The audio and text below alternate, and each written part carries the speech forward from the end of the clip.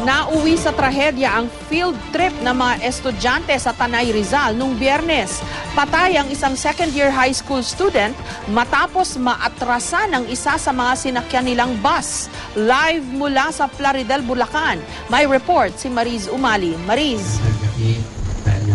Jessica, kasalukuyan pang nagdaraos ng isa pang misa na dinaluhan ng mga kapitbahay, mga malalapit na kaibigan at mga kaanak nitong si Rio Ramirez para ipanalangin ang kanyang kaluluwa. Bagamat labis pa rin ang kanilang pagluluksa, hindi, Jessica, may alis itong sama ng loob at galit na siyang naguudyok sa pamilya na maghain o magsampa ng kaso laban sa manoy lahat ng responsable sa pagkamatay ng kanilang anak. Malambing na anak at masipag na estudyante, ganyan kung ilarawan ng kanyang mga mahal sa buhay ang second-year high school student na si Rio Bianca Ramirez.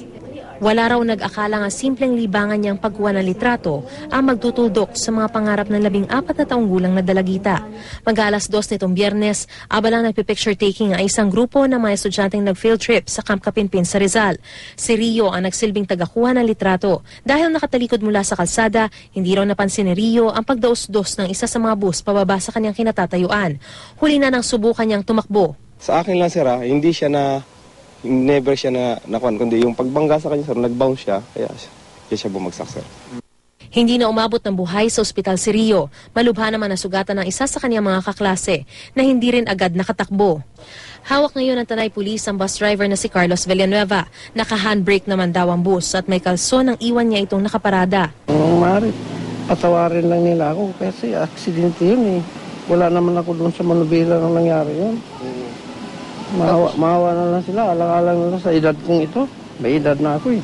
Kanina kinuna ng pahayag ang pamilya Ramirez para masimulan ng pulisya ang pagsampa ng kaso laban sa driver ng bus.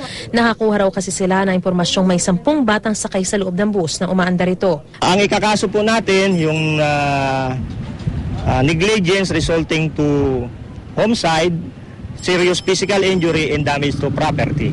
Ang naulila naman ni Rio naniniwalang may pananagutan ng driver ng bus. Hiling nila ngayon, sana matigil na ang field trip sa mga eskwelahan. Senseless death po.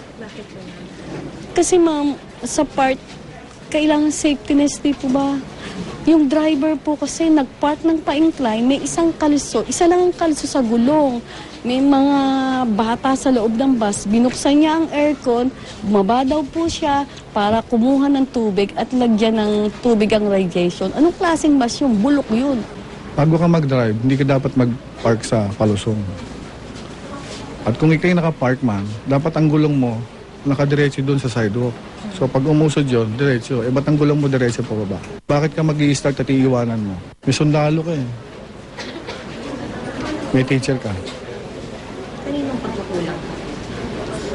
Kung titingnan natin, lahat sila may pagkukulang. Nakasaad sa DepEd Order 52 Series of 2003 na dapat isinasaalang-alang ng paaralan ang kaligtasan ng mga estudyante sa field trip. Ayon sa Legal Counsel ng pamilya Ramirez, posible rin makasuhan ng civil liability ang eskwelahan. Ayon naman sa Holy Spirit Academy of Malolos, handa sila makipagtulungan sa investigasyon ng otoridad. Handa raw silang magbigay ng suporta sa pamilya Ramirez, pati na sa mga estudyanteng posibleng na trauma sa insidente.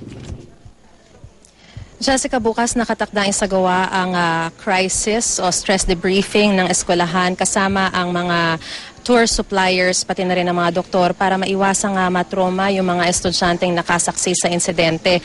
At sa Miyerkules naman, Ash Wednesday yun, Jessica, ay nakatakdang dalhin yung labi ni Rio sa kanyang eskwelahan para sa public viewing at necrological service. At pagkatapos nun ay ihihimlay na siya sa kanyang huling hantungan sa Bulacan, Bulacan. Jessica? First things first, Mariz, nagsagawa ba ng investigasyon itong eskwelahan, itong mga namumuno ng campus sa Tanay, dun sa nangyari? Jessica, sa ngayon, ang sinasagawa lamang nila ay kumukuha sila, tumutulong sila sa pagkalap ng mga testimonya mula sa mga nakasaksi. At ito ay ibinibigay nila sa mga otoridad, sa mga pulis, para tumulong sa investigasyon. So, sa ngayon, wala namang parallel investigation o separate investigation na isinasagawa itong otoridad o yung mga pamunuan ng eskwelahan, maliban na lang dun sa pagtulong nila sa mga pulis. Jessica? Okay. I understand may iba pang mga bata na nasagasaan din itong bus, no? How are they doing? Oo, Jessica, ang impormasyon na binigay sa atin, itong si Pamela, na nung una ay nasa critical na kondisyon, ay ngayon stable na ang kanyang lagay. Pero bukas ay nakatakda siyang isa ilalim sa operasyon sa kanyang balakang. Tumanggi nang magbigay ng pahayag ang kanyang pamilya, kaya hanggang dito lamang ang impormasyon na naibigay sa atin. Pero ang sabi rin sa atin ng pamunuan ng eskwelahan ay naroon at dumalaw ang principal mismo ng Holy Spirit para asikasuhin din yung mga pangangailangan ni Pamela. Maliban sa kanya ay si Rio lamang yung talagang isa pa sa mga nasagasaan at yun nga ang unfortunate ikinamatay ni Rio. At meron din, Jessica, na sinasabi na nasa loob ng bus mismo nung dumausdos ito, pero sa ngayon ay bahagi yan ng isinasagawang investigasyon ng mga kapulisan. Jessica? Okay, maraming salamat, Mariz Umali.